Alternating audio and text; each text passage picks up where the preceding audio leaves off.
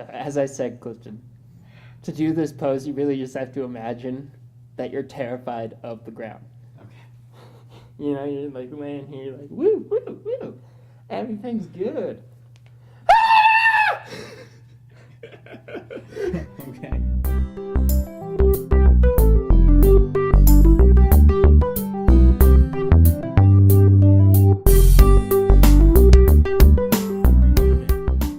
Hey guys, welcome to Seriously Lighthearted Yoga. Today is a pose day. Woo-hoo. It is not the pose that I am doing. I am doing Sphinx pose. Ignore me. We'll talk about that another day. We'll talk about Sphinx pose if I can say it. We'll talk about Sphinx pose in the future. But we are going to be talking about the pose that Kai is doing, which in American is Sphinx pose. Or is plank pose. Plank pose. Oh boy, here we go. Anyway, why don't you break it down for him, Kai? Yeah. So anyways, guys, plank pose here. You remember that video we did on our hands? Well, here's kind of a great way to start working on that idea. Think of flattening your palms down onto the mat, pressing into that index finger knuckle. And thanks, Clifton. I'm your van of light. Think of bringing some space in between all your fingers, keeping them fairly even as in all the spaces between your fingers are roughly the same size, even between your thumb and index finger. From there, begin to rise up, look at your wrist creases, notice if they're about parallel to the top of the mat. That's what we're going for here. And then rotate the inside of your elbow.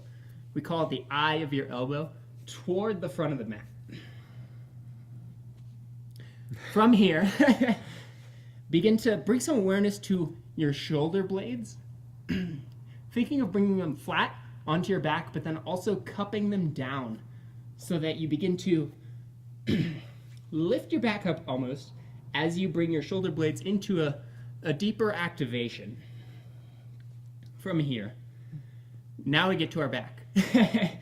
With your back, think of extending from your hips up through the crown of your head. Bring your gaze about 12 to 18 inches in front of your hands to kind of make your neck continuous with the rest of the pose.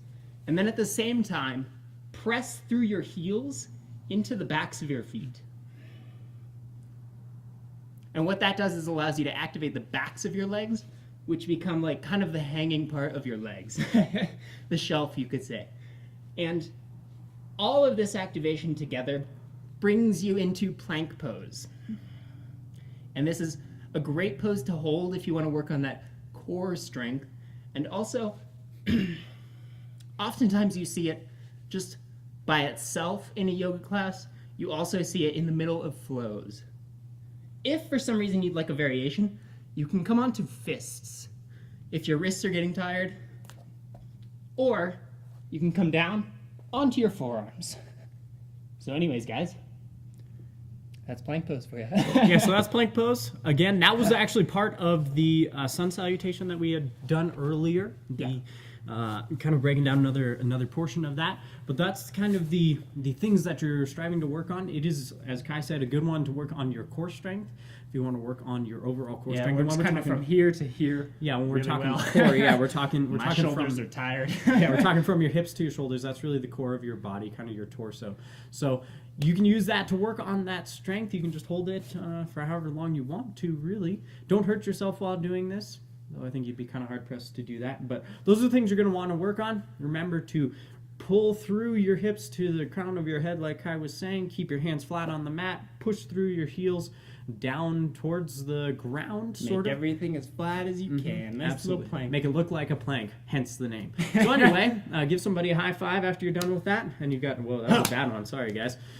Give somebody a high five, and we'll see you guys tomorrow. Subscribe, like, and share for more great content. And have fun with that one, guys.